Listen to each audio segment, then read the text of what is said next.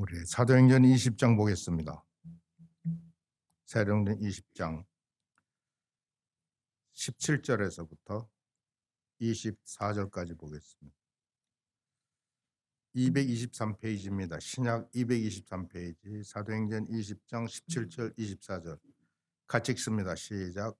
바울이 밀레도에서 사람을 에베소로 보내어 교회 장로들을 청하니 오매 저희에게 말하되 아시아에 들어온 첫날부터 지금까지 내가 항상 네 가운데서 어떻게 행한 것을 너희도 아는 바니 곧 모든 겸손과 눈물이며 유대인의 관계를 인하여 당한 시험을 참고 주를 섬긴 것과 유익한 것은 무엇이든지 공중 앞에서나 각 집에서나 거리낌이 없이 너희에게 전하여 가르치고 유대인과 헬라인에게 하나님에 대한 회개와 우리 주 예수 그리스도께 대한 믿음을 증거한 것이라.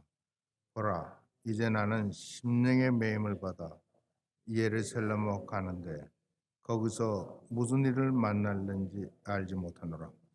오직 성령이 각성에서 내게 증거하여 결박과 환난이 나를 기다린다 하나 나의 달려갈 길과 주 예수께 받은 사명을 곧 하나님 복음을 증거하는 일을 마치려 하면은 나의 생명을 조금 더 귀한 것으로 여기지 아니하노라.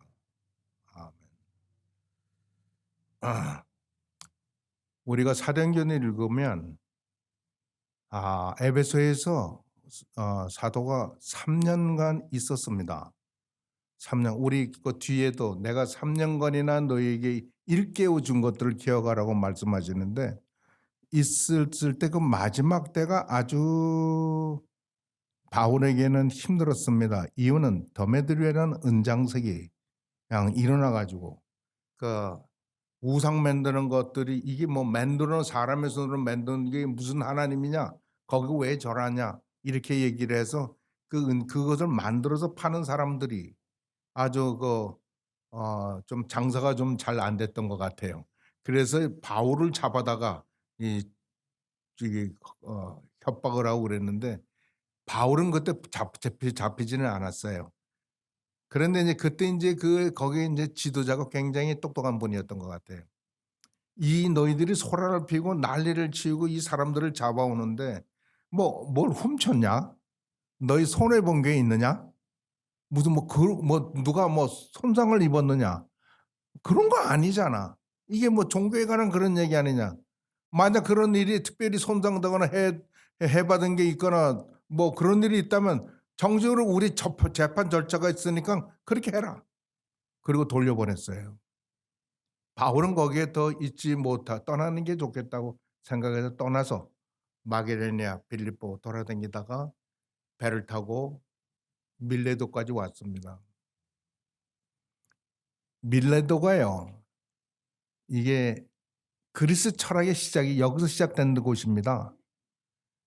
그리스 철학을 시작을 이야기할 때 탈레스라는 철학자를 얘기하는데 이 탈레스가 이 마게도니아 에게 출신이 아니고 밀레도 출신입니다. 여기서부터 시작된 유명한 도시입니다. 사도 바울을 따르는 자들과 함께 예루살렘에 가려고 배를 타고 곧장 밀레도로 왔습니다. 그리고 빨리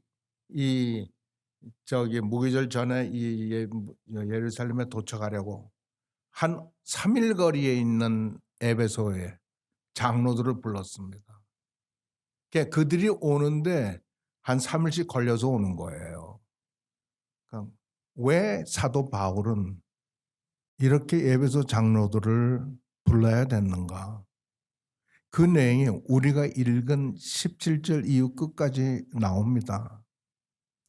사도의 비장한 말씀, 아폴로제틱, 그러니까 변명일 수도 있고 자기의 사역의 중요성, 그리고 에베소 장로들에게 이 에베소 교회가 어떻게 서야 되는지, 어떻게 너희들을 하나님께서 선택해서 너희들을 선택한 이유는, 장로들을 선택한 이유는 다름이 아니라 이 교회를 든든히 세우게 하나님께로 그리스도께로 인도하라고 세웠으니까 절대로 흔들지 말고 말씀에 따라서 내가 너에게 일러준 모든 것들로 그렇게 하라. 여러분 생각해 보십시오. 얼마나 사도 바울이 마지막 죽음의 길을 걸으면서 중요하다고 생각했으면 이렇게 말씀을 장로들에게 부탁했겠느냐 말입니다. 하나님께서 오늘날 모든 교회에 이런 말씀을 하시지 않겠습니까? 우리 지금 현대 교회가 우리 클리프턴 교회가 옛날에 에베소 교회와 교회만큼 중요하지가 않습니까? 하나님 눈으로 봤을 때 에베소 교회나 지금 우리의 교회나 뭐가 다르겠습니까? 다 자기 사랑하는 아들 예수 그리스도의 피로 구원한 그 교회들 아닙니까? 그 이름은 모이고 예배하고 찬송하고 헌금 드리고 봉사하고 서로 사랑하게 하고 섬기게 하고 용납하게 하고 하는 것이 변한 게 있습니까? 이 교회가 얼마나 중요합니까? 여러분 그 하나님이 그토록 눈동자와 같이 지키는 그 교회, 그래서 하나님께서 내 자녀들을 건드리는 자는 내 눈동자를 건드리는 것 똑같다고 말씀하셨습니다. 그 교회를 여러분은 거룩한 모임에 출입을 하는 겁니다. 아시겠습니까? 하나님의 모든 거룩하심으로 이 교회를 지키시고 모든 능력으로 지키시고 모든 하나님이 그 사랑하심으로 이 교회를 그렇게 사랑하신다 이 말은 모든 우리 교회뿐만 아니라 우리가 다른 교회를 들어갈 때도 똑같은 마음입니다. 그 교회에 나오는 성도들을 존중하고 거기에 목회하는 목회자를 존중하고 거기에 수고하는 모든 수고를 존중하고 이것이 성도의 교제고 성도의 마땅한 바입니다.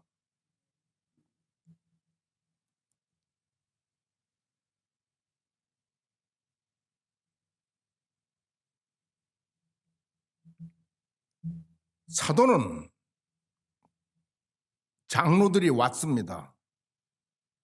그 장로들은 목회자들을 이야기합니다.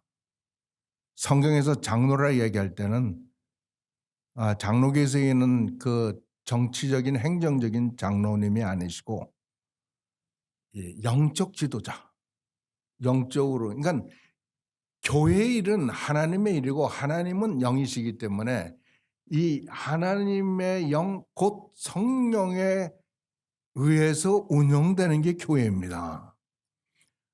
하나님의 뜻을 그리스도께서 예수님께서 말씀하셨으면 하나님의 뜻을 아시는 이가 누구입니까? 철학자입니까? 감독입니까? 제사장입니까? No! 성령이십니다. 그러므로 성령이 하나님의 뜻을 아니가 성령이시기 때문에 그리스도를 증거하시는 이가 성령이시기 때문에 우리는 그 영의 훈련을 받아야 됩니다. 특히 하나님의 일을 아는 자들은 그 영의 훈련을 받아야 됩니다. 그래서 말씀을 읽고 그런데 아주 신기하게도 하나님의 사랑함을 받은 자들, 하나님의 일을 한 선택된 자를 우리가 어떻게 아느냐 하면 그가 얼마나 하나님의 말씀을 사랑하느냐 하는 걸로 알 수가 있습니다. 하나님의 선택자는 하나님의 말씀을 사랑하게 됩니다. 내가 사랑하려고 사랑이 아니라 이거보다 더 좋은 말이 없어. 이거보다 재미있는 말이 없어. 그래서 그냥 읽는 거예요. 읽다 보면 알고 싶어지고 공부하게 되고 말씀이 좋으니까 외우려고 그러고 그리고 이 말씀은 나누고 싶어지고 그러는 겁니다. 이 장로들이 사람들을 인도해낼 때 그 영으로 인도하기 때문에 하나님의 뜻을 분별하고 이 분별력이 있어야 됩니다. 지도자는. 여러분 가운데 우리가 회의를 하거나 이야기를 나눌 때 어떤 집사님이나 어떤 성도가 분별력 있게 일을 하거나 분별력 있게 말을 하거나 분별력 있게 무슨 하여튼 그런 일을 하면 그가 지도자 자격이 있는 사람인 줄 아십시오. 그런 사람을 우리가 무슨 안수 집사님을 뽑거나 할 때 뽑는 거예요. 우리가 경험해보고 아니까. 장로님을 모셔다 놓고 이야기합니다. 내가 아시아에 들어온 첫날부터 지금까지 내가 항상 너희 가운데서 어떻게 행한 것을 너희도 아는 바라. 사도 바울은요, 모든 교회 편지할 때마다 내가 어떻게 너희들에게 나아갔으며 무슨 말을 너희에게 전했으며 나의 삶이 또한 그 삶에 일치하지 않았느냐 하는 말을 꼭 묻습니다. 그는 자기가 행한 모든 일을 하는 게 아니라 내가 어떻게 그리스도의 복음을 너에게 전했고 내가 그리스도의 복음에 전하는 자로서 합당하게 너희들 앞에서 살았다 하는 것을 이야기합니다. 여러분, 우리는 그리스도의 복음을 잘 듣고 전할 뿐만 아니라 거기에 맞게 또 살아야 됩니다. 우리가 그래서 우리 지도자는 언제나 그리스도의 복음을 전하는 자여야 되고 그리스도의 복음에 알맞게 사는 자여야 됩니다. 실수도 없이 흠도 없이 사는 그런 사람이라고는 생각하지 않습니다. 잘못이 있을 수도 있고 얼마든지 우리는 허물 많은 사람이니까 잘못할 수가 있습니다. 잘못을 하면 성경대로 하셔야 돼요. 주님이 가르쳐 주신 대로 여차여차 잘못 이런 소리가 들리 잘못한 게 잘못하지 않았습니까? 라고 이야기할 수 있습니다. 그리스도의 복음대로 사는 자라면 회개합니다. 우리는 정죄하고 심판하려고 그런 소리를 하는 게 아니라 빨리 회개해서 주님께로 돌아오게 하고 바르게 사시라고.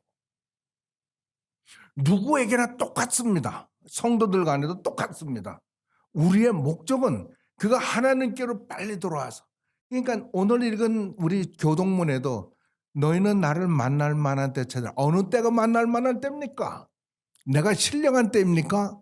하나님이 어떤 그런 때입니까? 아니에요. 저는 항상 그렇게 생각해요. 내가 범죄했을 때, 내가 잘못을 저질렀을 때, 그때는 나는 하나님을 만날 때다.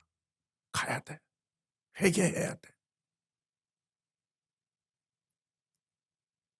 그렇게 살면 인간을 대할 때 담대해집니다. 무서운 게 없습니다. 오직 하나님만 무섭습니다.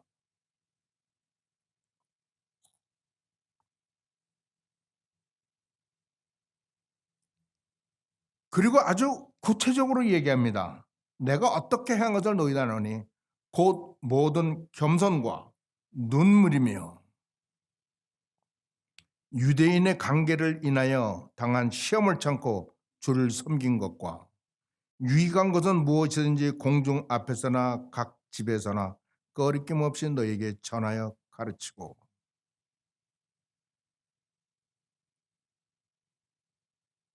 하나님의 사람의 특징은 멋있는 데 있지 않습니다.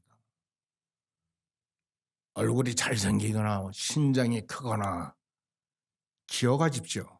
하나님께서 이스라엘에서 최고의 잘난 남자, 최고의 신장을 가진 자, 사람들이 벌써 다 혹해가는 그 사람을 하나님께서 말하기를 내가 그를 버렸다.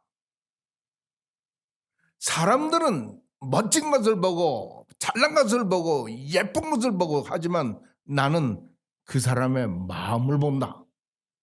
그렇게 말씀하셨습니다. 하나님의 사람의 특징은 모든 겸손에 있습니다. 여러분, 이 겸손은 하루아침에 되는 것도 아니고 누구라도 이룰 수 있는 게 아닙니다. 이것은 그가 겸손했다 하는 것은 그가 얼마나 하나님 앞에서 자기를 치며 살았나 하는 것을 증명하는 것입니다. 그래서 베드로는 말하기를 능하신 하나님의 손 아래서 겸손하라. 때가 되면 너를 일으키리라. 하나님이 일으켜 세울 때 나는 일으켜 세움을 받는 겁니다. 오직 하나님만이 나를 제대로 일으키 세울 수가 있습니다. 하나님이 그렇게 하실 때까지 너는 겸손해야 된다 그 말이에요. 저에게만 한 소리가 아니라 모든 우리 성도들에게 하는 말씀입니다. 겸손, 그러나 우리가 겸손을 하면 할수록 깨닫는 게 있습니다. 그것은 나는 아무리 하여도 겸손할 수 있는 사람이 못 된다 하는 것을 배웁니다.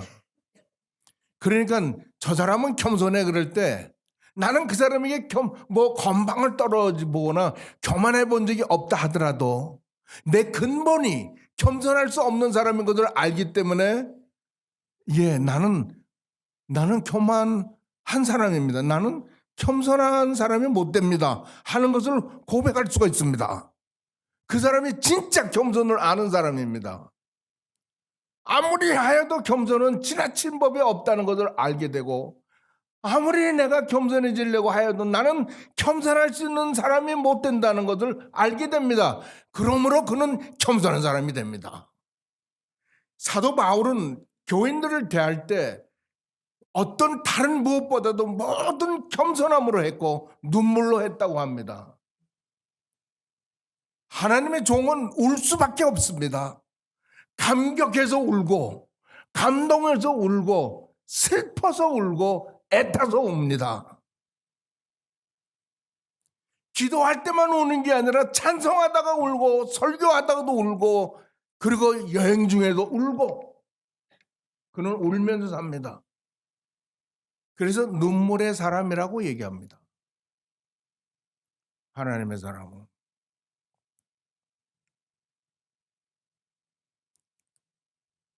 그는 관계를 인해 시험을 많이 목사, 하나님의 종에게는 많은 시험들이 있고 그리고 끊이지 않고 옵니다. 끊이지 않고.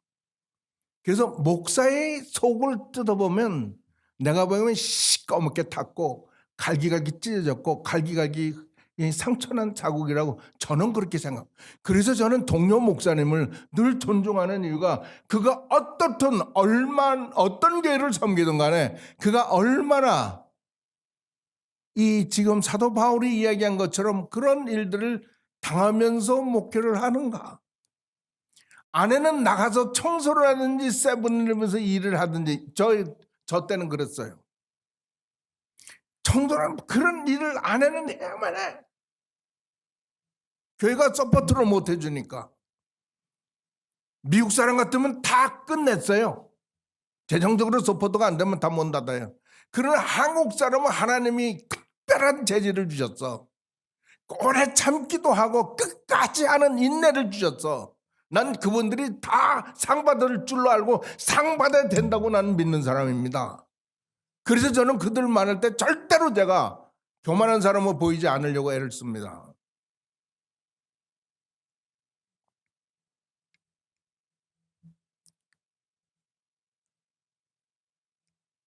이렇게 그는 그런 모든 자기에게 당하는 어려움에 힘든 거 이런 일들을 참았다라고 얘기합니다. 사도 바울은 이 말을 할 때마다 교회에 대해서 할 때마다 내가 너희에 대해서 오래 참았다라고 합니다. 오래 참았다라고. 저도 따지고 보면 30년 참은 겁니다.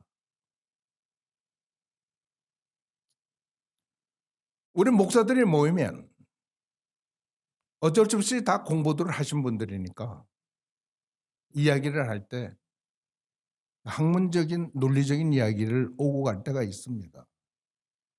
어떤 목사가 미팅이 끝난 후에 저에게 와서 김 목사님이 학자라는 건 알았지만 오늘 말씀은 참 적절한 말씀이었다. 그런 얘기를 들은 적이 있고 지지난 주에는 한 분이 전화를 해가지고 안부 전화 그게 전화를 자주 하는 분이 아닙니다. 이야기를 나누면서 느닷없이 그럽니다. 워싱턴에 목회에 성공하신 분들이 이렇게 자랑도 하고 그러지만 자기가 생각하는데 학교 일이나 교회 일에 있어서 진짜 성공한 사람은 김성호 목사님 같습니다. 제가 아주 겸손한 척하고 극구 사양을 했지만 전화가 끝나고 난 다음에 제가 생각했습니다. '왜 이 사람이 나에게 이 말을 하는가?'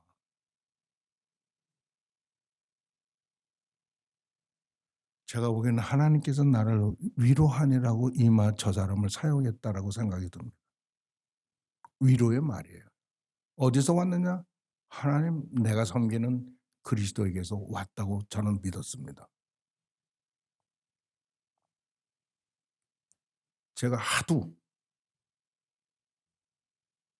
제가 너무나 아마 그렇게 지금 이 말씀처럼 그렇기 때문에 그러지 않았나 하는 생각. 도대체 어떨 때는요 되지도 않은 말, 뭐 말도 안 되는 말을 드릴 때가 있습니다. 그래서 하나님께서 위로하니라고 그러신 게 아닌가 그게 받아졌습니다. 유익한 것이란 무엇을 유익한 것이라고 얘기했을까요? 그리스도의 복음이죠. 사도 바울에게는 누르면 예수고 그리스도의 복음입니다. 모든 유익한 것은 공중 앞에서나 각 집에서나 그렇죠. 예수는 우리 사도 바울이 사람들이 많이 모인 곳 그리고 각 집에서 이 말씀했습니다.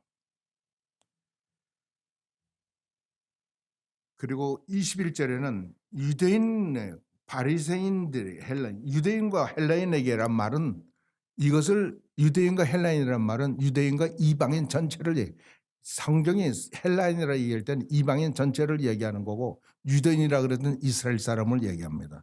유대인이나 헬라인에게 하나님에 대한 회개와 우리 주 예수 그리스도에 대한 믿음을 증거한 것이다. 하나님이 우리에게 인간에게 요구하는 것은 무엇일까요? 회개입니다. 하나님의 눈에 있어서 모든 인간은 범죄한 자들이에요. 하나님은 결정 말씀을 분명하게 했어요. 죄인은 죽으리라.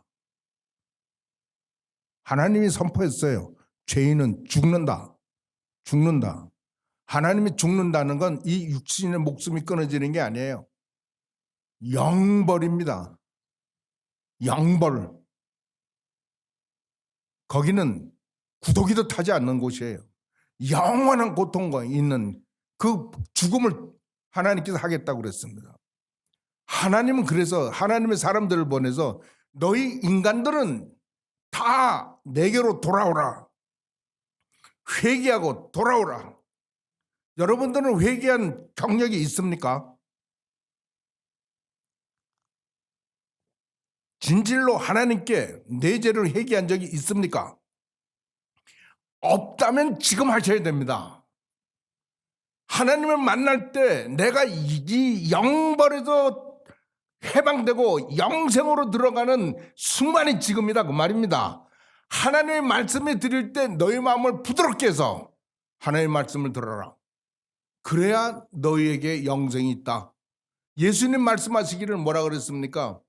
회개하라. 천국이 가까웠다. 왜 예수님이 첫 번째 말씀을 전할 때 회개하라 천국이 가깝다 천국에 오라 하지 않고 회개하라고 했습니까?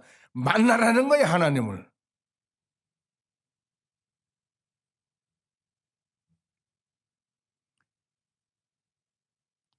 그리고 주 예수 그리스도에 대한 믿음을 증거 내가 했다 한 것이라 이르마.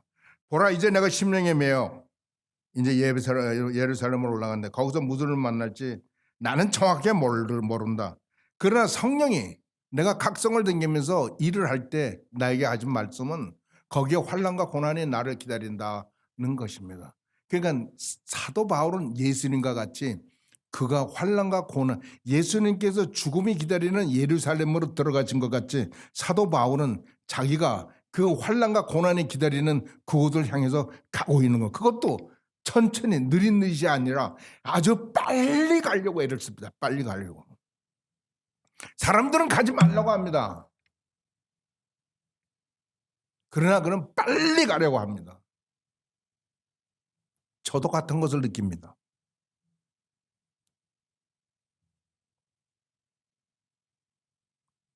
나의 달려갈 길과 주 예수께 받은 사명 곧 하나님의 은혜의 복음을 증거하는 일을 마치려 하면은 나의 생명을 조금 더 귀한 것으로 여기지 아니하라. 예수님하고 똑같잖아요. 예수님도 자기 목숨을 버리려고 예루살렘으로 들어가셨잖아요. 여기 사도 바울도 얘기를 나의 달려갈 길과 주께서 나에게 은혜로 주신 하나 그리스도의 복음을 전하는 것을 이제 그는 마친다는 것을 알았습니다. 끝낸다. 마치려 하면은 나의 생명을 조금 더 귀한 것으로 여기지 않노라. 저는 이 말씀을 읽고 또 생각해 보았습니다. 모든 12 제자들이랑 사도 바울이랑 또 다른 존귀한 성도들을 생각해 봤습니다. 그들은 정말 충심으로 평생을 주를 위해 그리스도의 복음 위에 살았지만 그들은 전부 다 죽음이 참혹했습니다. 사도 바울도 참수당합니다. 베드로는 거꾸로 십자가에 달려 죽었다고 합니다. 마태는 토벌을 켜서 죽었다고 합니다. 그런데 나 같은 자가 무슨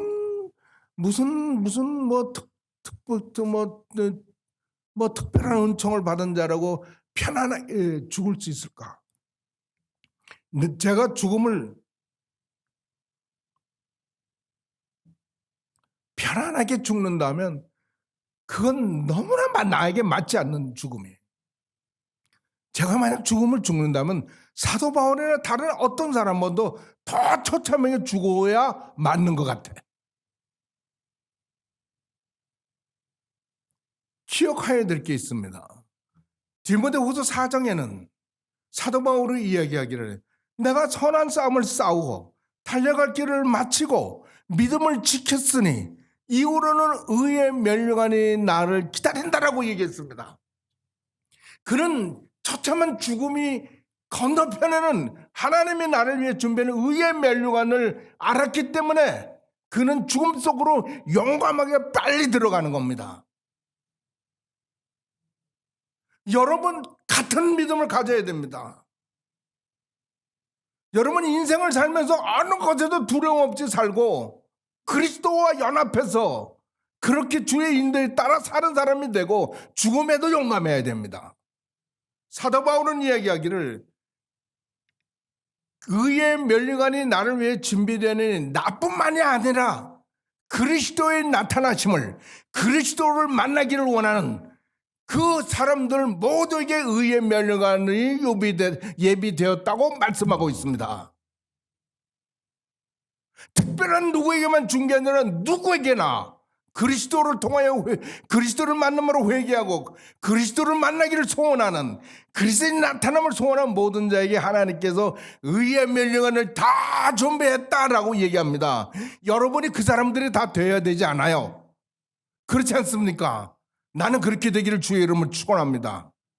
감사하시는 우리 하나님 아버지, 주의 특별한 주의 사도 바울을 통하여서 저희들에게 이 위대한 말씀, 능력의 말씀을 주심을 감사합니다. 주여, 어찌 이 말이 2000년 전에 사도 바울과 에베소 교회만 머무르는 말씀이겠습니까? 주의 사랑받은 모든 자녀들에게 주께서 들려주시고 싶어서 글로 남겨 2000년이 지난 이후에도 우리가 듣고 읽고 우리가 즐거워하게 하고 용감하게 사는 하나님의 자녀답게 살라고 이 말씀을 주신 것 아닙니까? 감사합니다. 주님이 약속하시고 사도 바울이 말씀한 것처럼 우리도 다 의의 면류관을 차지하는 그런 성도가 되도록 또 되기를 주님 소원합니다. 그리고 그렇게 되어야 합니다. 주님이 친히 선한 손길로 우리 클럽든 침례교회 성도들을 이끌어 주시옵소서. 예수 그리스도 이름으로 기도합니다. 아멘.